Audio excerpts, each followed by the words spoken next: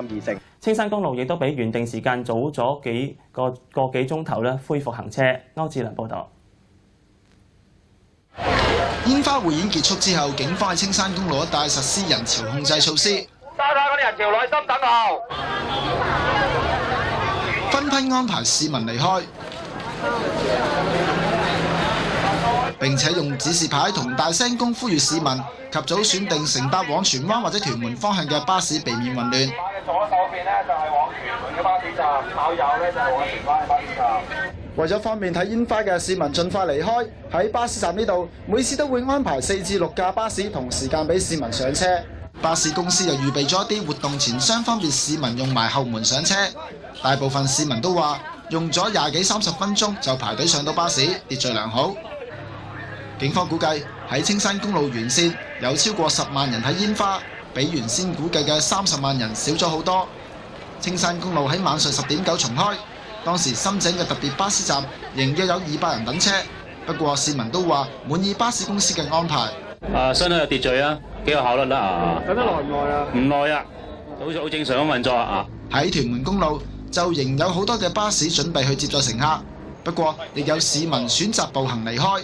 我見到排隊嘅人多過巴士咯，同埋上次嚟就排咗好耐，排成3個鐘喎，上次走。咁你預計自己行出去我諗2個鐘到啦。亞洲電視記者歐志良報導。等搭巴士出荃灣，但係都好快上到車。呢次好啲。點樣好快咯？係有秩序一啲咯。其實你冇諗過咁快會有車搭啊？諗唔到，上次我都要排咗個幾兩個鐘頭。咁而家呢？呢次而家排咗半個鐘咋。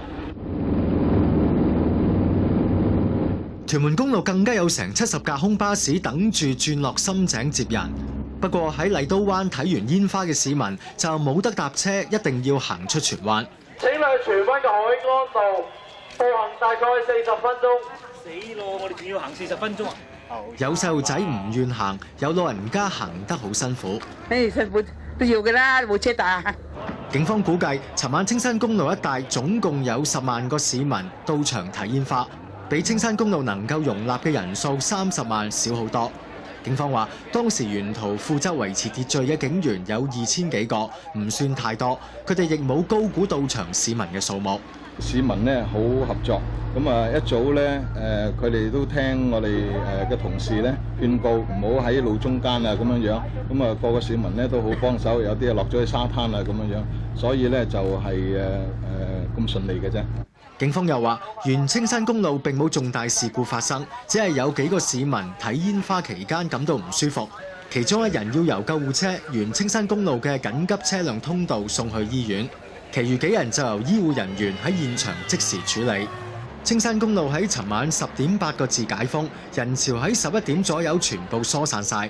由於過程順利，荃灣地鐵站並冇出現擠迫情況。